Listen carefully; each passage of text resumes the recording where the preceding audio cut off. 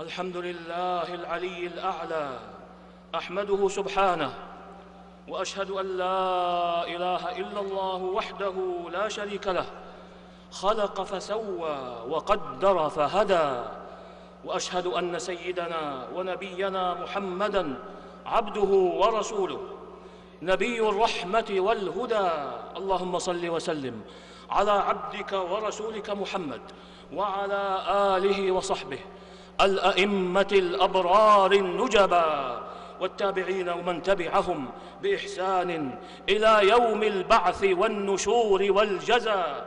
أما بعد، فاتقوا الله عباد الله، واذكروا أنكم موقوفون عليه، مسؤولون بين يديه يوم يفر المرء من أخيه وأمه وأبيه وصاحبته وبنيه، لكل امرئ منهم يومئذ شأن يغنيه. عباد الله، تزكية النفوس وتقويمها وإصلاح القلوب وتطهيرها أمل سعى إليه العقلاء في كل الثقافات وفي كل الحضارات منذ أقدم العصور، فسلكوا إلى بلوغه مسالك شتى، وشرعوا لأنفسهم مناهج وطرائق قددا، وحسبوا أن في أخذهم أنفسهم بها إدراك المنى وبلوغ الآمال في الحظوة بالحياة الطيبة والعيش الهانئ السعيد. فمن تعذيب للجسد بأمور وأعمال مضنية أسموها رياضات ومجاهدات، إلى إغراق في الشهوات وانهماك في طلب اللذات بإسراف على النفس لا حد يحده، إلى عكوف على مناهج فلسفية وتأملات قائمة على شطحات وخيالات لا سند لها من واقع ولا ظهير لها من عقل، إلى غير ذلك من نزعات وطرائق لا يجد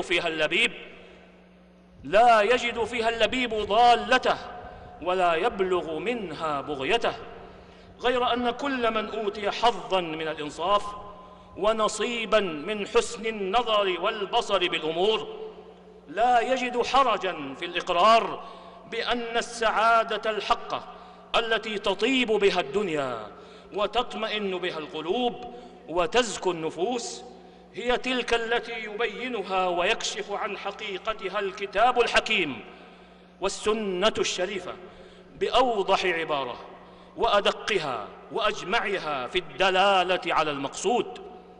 عباد الله، لقد أرسل الله رسله وأنزل كتبه ليرشد الناس إلى سبل تزكية أنفسهم وإصلاح قلوبهم، وليبين لهم أن ذلك الأمر لن يتحقق إلا حين يؤدون حق الله عليهم في إخلاص العبودية له، إذ هي الغاية من خلقه سبحانه لهم.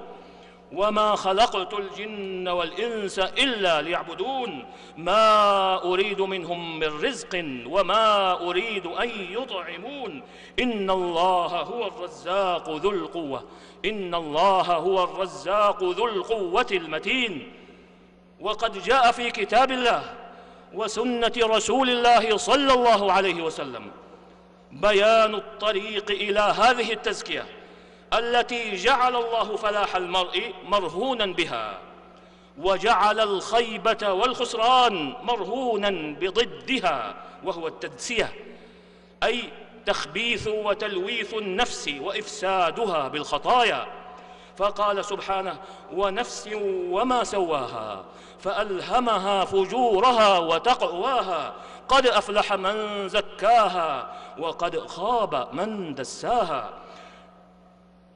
وقال عز اسمه: قد أفلح من تزكى وذكر اسم ربه فصلى. وقال سبحانه في خطاب نبيه موسى على نبينا وعليه أفضل الصلاة والسلام حين أرسله إلى فرعون: اذهب إلى فرعون إنه طغى فقل هل لك إلى أن تزكى وأهديك إلى ربك فتخشى. وإن هذا الكتاب المبارك الذي جعله الله روحا تحيا به القلوب ونورا تنجاب به الظلمات، وكذلك أوحينا إليك روحا من أمرنا ما كنت تدري ما الكتاب ولا الإيمان ولكن جعلناه نورا نهدي به من نشاء من عبادنا وإنك لتهدي إلى صراط مستقيم. إن هذا الكتاب ليصرح أن أساس التزكية في الإسلام وروحها وعمادها ومحورها توحيد الله تعالى. وحقيقته كما قال الإمام ابن القيم رحمه الله أن يشهد العبد انفراد الرب تبارك وتعالى بالخلق والحكم، وأنه ما شاء كان وما لم يشأ لم يكن، وأنه لا تتحرك ذرة إلا بإذنه، وأن الخلق مقهورون تحت قبضته، وأنه ما من قلب إلا وهو بين إصبعين من أصابعه، إن شاء أن يقيمه أقامه وإن شاء أن يزيغه أزاغه، فالقلوب بيده وهو مقلبها ومصرفها كيف شاء وكيف أراد، وأنه هو الذي آتى نفوس المؤمنين تقواها، وهو الذي هداها وزكاها، وألهم نفوس الفجار فجورها وأشقاها. من يهد الله فلا مضل له ومن يضلل فلا هادي له. يهدي من يشاء بفضله ورحمته ويضل من يشاء بعدله وحكمته، هذا فضله وعطاؤه، وما فضل الكريم بممنون، وهذا عدله وقضاؤه، لا يسأل عما يفعل وهم يسألون. وفي هذا المشهد يتحقق للعبد مقام إياك نعبد وإياك نستعين علما وحالا، فيثبت قدم العبد في توحيد الربوبية، ثم يرقى منه صاعدا إلى توحيد الإلهية، فإنه إذا تيقن أن الضر والنفع والعطاء والمنع والهدى والضلال والسعادة والشقاء كل ذلك بيد الله لا بيد غيره، وأنه الذي يقلب القلوب ويصرفها كيف يشاء، وأنه لا موفق إلا من وفقه وأعانه، ولا مخذول إلا من خذله وأهانه وتخلى عنه، وأن أصح القلوب وأسلمها وأقومها وأرقها وأصفاها وأشدها وألينها من اتخذه وحده إلها ومعبودا، فكان أحب إليه من كل ما سواه، وأخوف عنده من كل ما سواه، وأرجى له من كل ما سواه، فتتقدم محبته في قلبه جميع المحاب، فتنساق المحاب تبعا لها كما ينساق الجيش تبعا للسلطان، ويتقدم خوفه في قلبه جميع المخوفات، فتنساق المخاوف كلها تبعا لخوفه، ويتقدم رجاؤه في قلبه جميع الرجاء، فينساق كل رجاء تبعا لرجائه. فهذا علامة توحيد الألوهية في هذا القلب، والباب الذي دخل إليه منه هو توحيد الربوبية. والمقصود أن العبد يحصل له في هذا المشهد من مطالعة الجنايات والذنوب وجريانها عليه وعلى الخليقة بتقدير العزيز الحكيم، وأنه لا عاصم من غضبه وأسباب سخطه إلا هو، ولا سبيل إلى طاعته إلا بمعونته، ولا وصول إلى مرضاته إلا بتوفيقه، فموارد الأمور كلها منه ومصادرها إليه، وأزمة التوفيق جميعها بيديه، فلا مستعان للعباد إلا به ولا متكل إلا عليه، كما قال شعيب خطيب الأنبياء: وما توفيقي إلا بالله عليه توكلت وإليه أنيب. انتهى. وإن أثر التوحيد في التزكية بل في حياة المسلم لا يبدو جليا في توحيد الهدف والغاية، واتفاق العلم والعمل، حتى يكون فهم المسلم وعقيدته وعلمه وعمله وقصده واتجاهات قلبه ونشاطه منتظما في سلك واحد متوافق مؤتلف، لا تعارض فيه ولا تضارب، ويرتفع عن كاهل الإنسان ذلك الضيق الممض الذي يستشعره حين تتعارض في نفسه الأهداف وتتناقض الأعمال.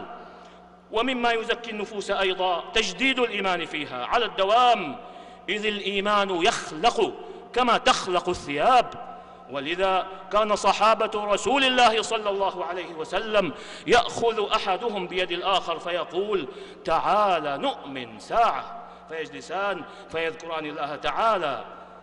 وفي ذكر الله تعالى وتلاوة كتابه وطاعته والازدلاف إليه أعظم ما يجدد الإيمان في نفس المؤمن الذي يعلم أن الإيمان يزيد بالطاعة وينقص بالمعصية، فيعمل على زيادة إيمانه بصدق الالتجاء إلى الله تعالى الذي تكون أظهر ثماره المباركة تزكية النفوس كما جاء في الدعاء النبوي الكريم: اللهم آت نفوسنا تقواها وزكها أنت خير من زكاها. ومما يزكي النفس ويصلح القلب دوام تذكر نعم الله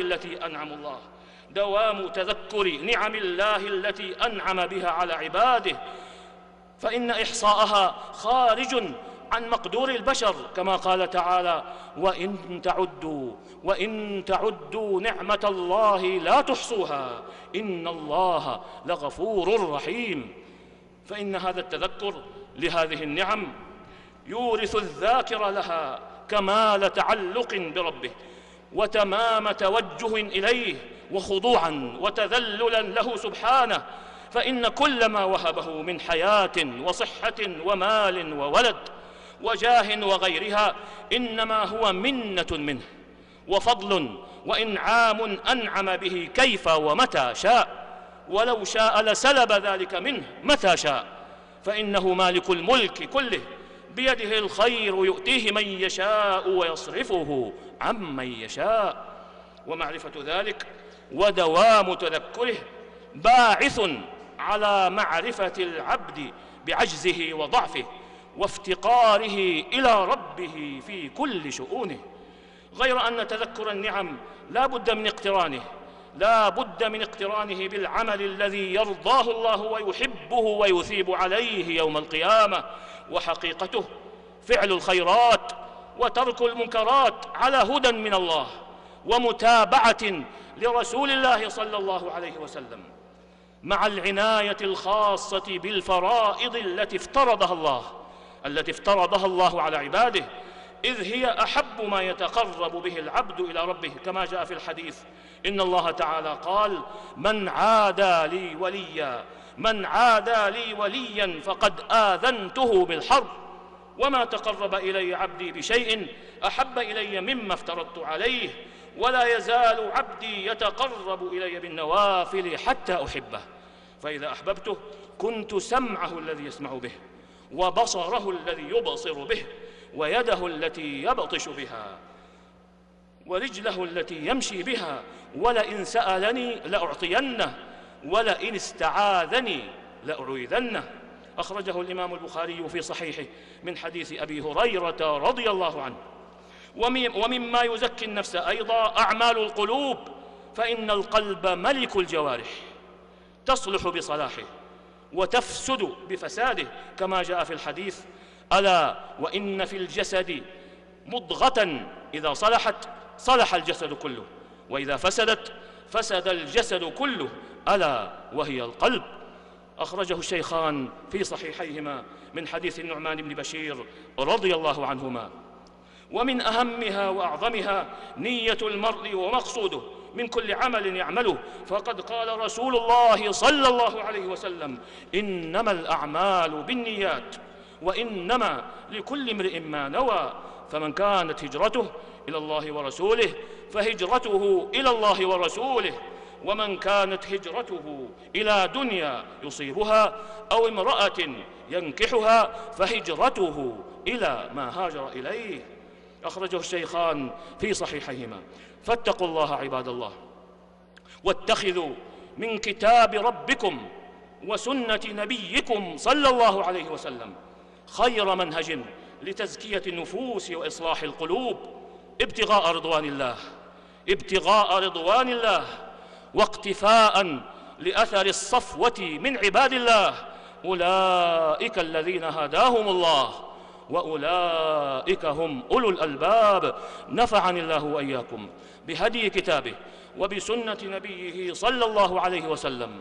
أقول قولي هذا وأستغفر الله العظيم الجليل لي ولكم ولجميع المسلمين من كل ذنب، إنه هو الغفور الرحيم.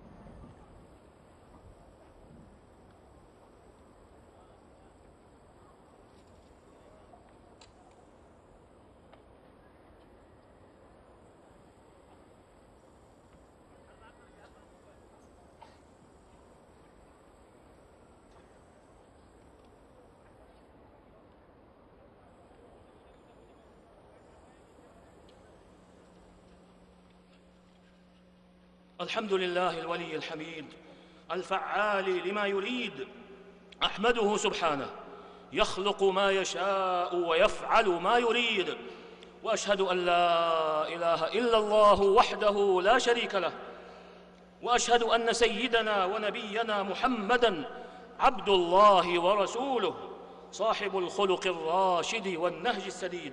اللهم صل وسلم على عبدك ورسولك محمد وعلى آله وصحبه. أما بعد، فيا عباد الله، إن النقص والتقصير والخطأ لا ينفك عنه إنسان ولا يسلم منه إلا من عصمه الله، ولذا جاء الأمر بالتوبة للناس جميعا بقوله سبحانه: وتوبوا إلى الله جميعا أيها المؤمنون لعلكم تفلحون. والتوبة يا عباد الله من أعظم أسباب التزكية للنفس والإصلاح للقلب، فإن عبودية التوبة كما قال ابن القيم رحمه الله من أحب العبوديات إلى الله وأكرمها عليه، فإنه سبحانه يحب التوابين، ولو لم تكن التوبة أحب الأشياء إليه لما ابتلى بالذنب أكرم الخلق عليه، فلمحبته لتوبة عبده ابتلاه بالذنب الذي يوجب وقوع محبوبه من التوبة وزيادة محبته لعبده، فإن للتوبة عنده سبحانه منزلة ليست لغيرها من الطاعات، ولهذا يفرح سبحانه بتوبة عبده حين يتوب إليه أعظم فرح يقدر، كما مثله النبي صلى الله عليه وسلم بفرح الواجد لراحلته التي عليها طعامه وشرابه في الأرض الدوية المهلكة بعدما فقدها وأيس من أسباب الحياة، ولم يجئ هذا الفرح في شيء من الطاعات سوى التوبة. ومعلوم أن لهذا الفرح تأثيراً عظيماً في حال التائب وقلبه، ومزيده لا يعبر عنه، وهو من أسرار تقدير الذنوب على العباد فإن العبد ينال بالتوبة درجة المحبوبية فيصير حبيباً لله، فإن الله يحب التوابين ويحب العبد المفتن التواب، ويوضحه أن عبودية التوبة فيها من الذل والانكسار والخضوع والتملق لله والتذلل له ما هو أحب إليه من كثير من الأعمال الظاهرة، وإن زادت في القدر والكمية على عبودية التوبة، فإن الذل والانكسار روح العبودية ومخها ولبها، يوضحه أن حصول مراتب الذل والانكسار للتائب أكمل منها لغيره، فإنه قد شارك من لم يذنب في ذل الفقر والعبودية والمحبة، وامتاز عنه بانكسار قلبه. ولأجل هذا فإن أقرب ما يكون العبد من ربه وهو ساجد، لأنه مقام ذل وانكسار بين يدي ربه، ويوضحه أن الذنب قد يكون أنفع للعبد إذا اقترنت به التوبة من كثير من الطاعات. وهذا معنى قول بعض السلف: قد يعمل العبد الذنب فيدخل به الجنة، ويعمل الطاعة فيدخل بها النار. قالوا: وكيف ذلك؟ قال: يعمل الذنب فلا يزال نصب عينيه، إن قام وإن قعد وإن مشى ذكر ذنبه، فيحدث له انكسارا وتوبة واستغفارا وندبا، فيكون ذلك سبب نجاته. ويعمل الحسنة فلا تزال نصب عينيه، إن قام وإن قعد وإن مشى، كلما ذكرها أورثته عجبا وكبرا ومنة، فتكون سبب هلاكه، فيكون الذنب موجبا لترتب طاعات وحسنات ومعاملات قلبية من خوف الله والحياء منه والإطراق بين يديه، منكسا رأسه خجلا باكيا نادما مستقيلا ربه. وكل واحد من هذه الآثار أنفع للعبد من طاعة توجب له صولة وكبرا وازدراء بالناس ورؤيتهم بعين الاحتقار. ولا ريب أن هذا المذنب خير عند الله وأقرب إلى النجاة والفوز من هذا المعجب بطاعته الصائل بها المان بها وبحاله على الله عز وجل وعباده. وإن قال بلسانه خلاف ذلك فالله شهيد على ما في قلبه، ويكاد يعادي الخلق إذا لم يعظموه ويرفعوه ويخضعوا له، ويجد في قلبه بغضة لمن لم يفعل به ذلك، ولو فتش نفسه حق التفتيش لرأى فيها ذلك كامنا. انتهى. وهذا ويجب التنبه يا عباد الله إلى ما في تفسير كثير من الناس للتوبة من قصور ونقص عن فهم المعنى المراد. فإن كثيرا من الناس كما قال ابن القيم رحمه الله إنما يفسر التوبة بالعزم على أن لا يعاود الذنب، وبالإقلاع عنه في الحال، وبالندم عليه في الماضي. وإن كان في حق آدمي فلا بد من أمر رابع هو التحلل منه، وهذا الذي ذكروه بعض مسمى التوبة بل شطرها، وإلا فالتوبة في كلام الله ورسوله صلى الله عليه وسلم كما تتضمن ذلك تتضمن أيضا العزم على فعل المأمور والتزامه، فلا يكون بمجرد الإقلاع والعزم والندم تائبا حتى يوجد منه العزم الجازم على فعل المأمور والإتيان به. فإن حقيقة التوبة الرجوع إلى الله بالتزام فعل ما يحب وترك ما يكره، فهي رجوع من مكروه إلى محبوب، فالرجوع إلى المحبوب جزء مسماها، والرجوع عن المكروه هو الجزء الآخر. ولهذا علق سبحانه الفلاح المطلق على فعل المأمور وترك المحظور بها، فقال: وتوبوا إلى الله جميعا أيها المؤمنون لعلكم تفلحون. فكل تائب مفلح، ولا يكون مفلحا إلا من فعل ما أمر به وترك ما نهي عنه. وقال تعالى: ومن لم يتب فأولئك هم الظالمون. وتارك المأمور ظالم كما أن فاعل المحظور ظالم.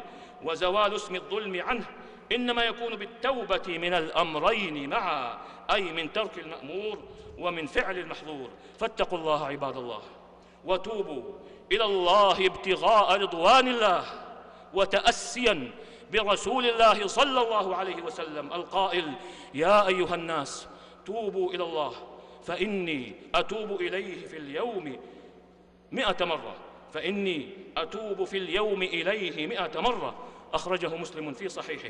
وصلوا وسلموا على خير خلق الله محمد بن عبد الله، فقد أمركم الله بذلك في كتابه حيث قال: إن الله وملائكته يصلون على النبي يا أيها الذين آمنوا صلوا عليه وسلموا تسليما. اللهم صل وسلم على عبدك ورسولك محمد، وارض اللهم عن خلفائه الأربعة أبي بكر وعمر وعثمان وعلي، وعن سائر الآل والصحابة والتابعين ومن تبعهم بإحسان إلى يوم الدين، وعنا معهم بعفوك وكرمك وإحسانك يا خير من تجاوز وعفا. اللهم أعز الإسلام والمسلمين، اللهم أعز الإسلام والمسلمين، اللهم أعز الإسلام والمسلمين، واحم حوزة الدين، ودمر أعداء الدين وسائر الطغاة والمفسدين، وألف بين قلوب المسلمين، ووحد صفوفهم، وأصلح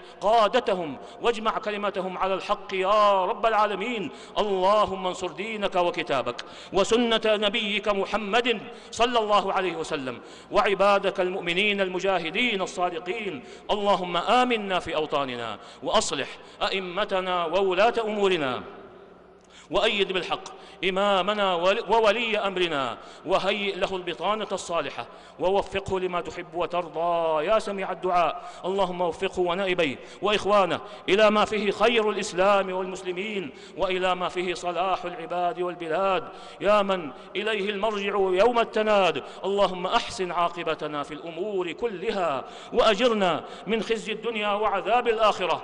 اللهم أصلح لنا ديننا الذي هو عصمة أمرنا، وأصلح لنا دنيانا التي فيها معاشنا، وأصلح لنا آخرتنا التي فيها معادنا، واجعل الحياة زيادة لنا في كل خير، والموت راحة لنا من كل شر. اللهم إنا نعوذ بك من زوال نعمتك، وتحول عافيتك، وفجاءة نقمتك، وجميع سخطك. ربنا ظلمنا أنفسنا، وإن لم تغفر لنا وترحمنا لنكونن من الخاسرين. ربنا آتنا في الدنيا حسنة، وفي الآخرة حسنة، وقنا عذاب النار. وصلى الله وسلم على عبده ورسوله نبينا محمد وعلى آله وصحبه أجمعين، والحمد لله رب العالمين.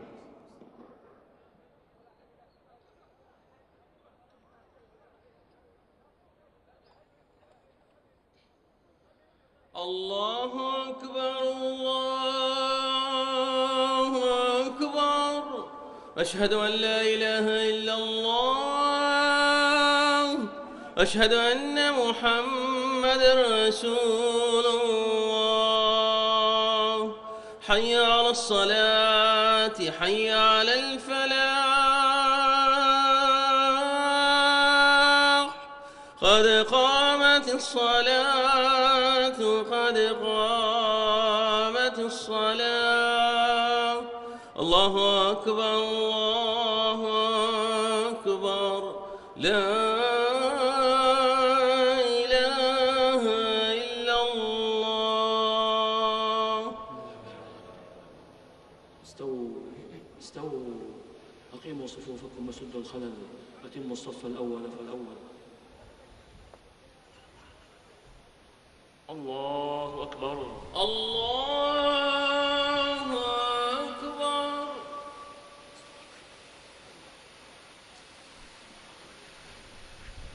الحمد لله رب العالمين، الرحمن الرحيم، مالك يوم الدين، إياك نعبد وإياك نستعين، اهدنا الصراط المستقيم، صراط الذين أنعمت عليهم غير المغضوب عليهم ولا الضالين، آمين.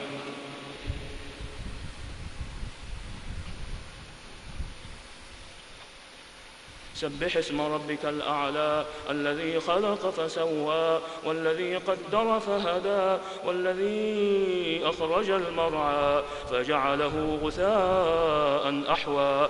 سنقرئك فلا تنسى إلا ما شاء الله، إنه يعلم الجهر وما يخفى ونيسرك لليسرى فذكر إن نفعت الذكرى سيذكر من يخشى ويتجنبها الأشقى الذي يصلى النار الكبرى ثم لا يموت فيها ولا يحيا قد أفلح من تزكى وذكر اسم ربه فصلى بل تؤثرون الحياة الدنيا والآخرة خير وأبقى إن هذا لفي الصحف الأولى صحف إبراهيم وموسى. الله أكبر. الله أكبر.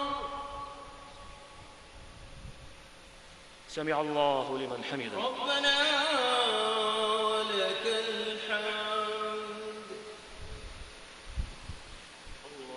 الله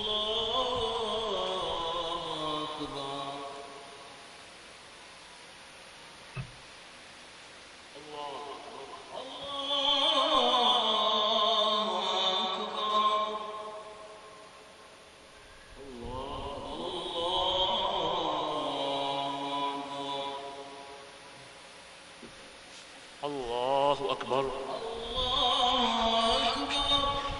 الحمد لله رب العالمين الرحمن الرحيم مالك يوم الدين إياك نعبد وإياك نستعين اهدنا الصراط المستقيم صراط الذين أنعمت عليهم غير المغضوب عليهم ولا الضالين آمين.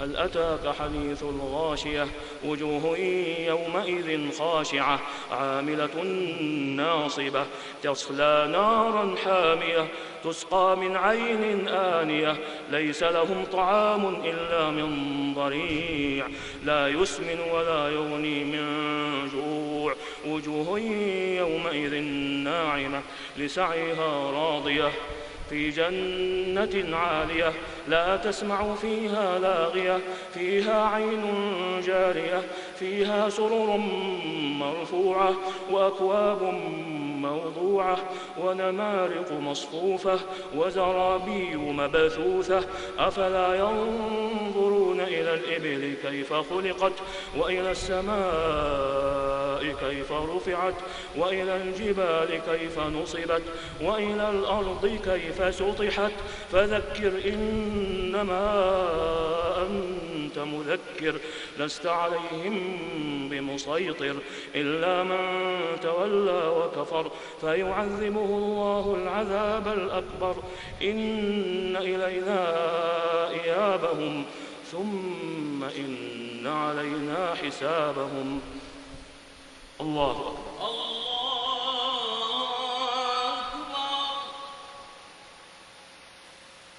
سمع الله لمن حمده. ربنا لك الحمد. الله أكبر.